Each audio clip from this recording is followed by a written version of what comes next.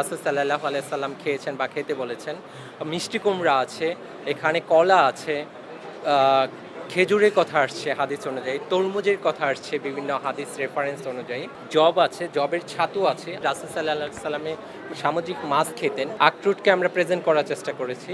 সরিষার কথা আসছে বিভিন্ন আয়াত রেফারেন্স অনুযায়ী, লবণের কথা আসছে, নাবিদ আসছে। নাবিদ বা নাবিজ এটা হচ্ছে খেজুর দিয়ে তৈরি এক ধরনের শরবত বা জুস। পাখির গোশতকে বোঝানোর চেষ্টা করেছি আমরা। পাখি খেতেন রাসূল সাল্লাল্লাহু আলাইহি সাল্লাম বা সাহাবী আজমাইনরা। গমের রুটি রাসূল সাল্লাল্লাহু আলাইহি সাল্লাম ওই সময় খেতেন বা সাহাবী আজমাইনরা এগুলো খেতেন। তালবিনার কথা বলা হয়েছে বিষণ্ণতা দূর করার জন্য বা শোক কাটানোর জন্য এই খাবারটাকে প্রস্তুত করা হতো। ঘিকে প্রেজেন্ট করেছি রাসূল সাল্লাল্লাহু আলাইহি সাল্লামের রেফারেন্স অনুযায়ী। মোরগের গোশত খেতেন রাসূল সাল্লাল্লাহু আলাইহি সাল্লাম লাউ দিয়ে। লাউ রাসূল সাল্লাল্লাহু আলাইহি সাল্লামের অনেক পছন্দের একটা খাবার ছিলেন।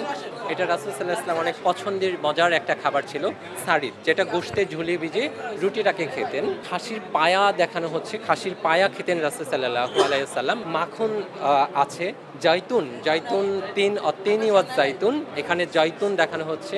জয়তুনের সাথে জয়তুনের তেলটাকেও আমরা প্রেজেন্ট করেছি। পনির আছে, দুধ আছে, সিরকা বা ভিনেগার খেতেন রাসূল সাল্লাল্লাহু আলাইহি সাল্লাম।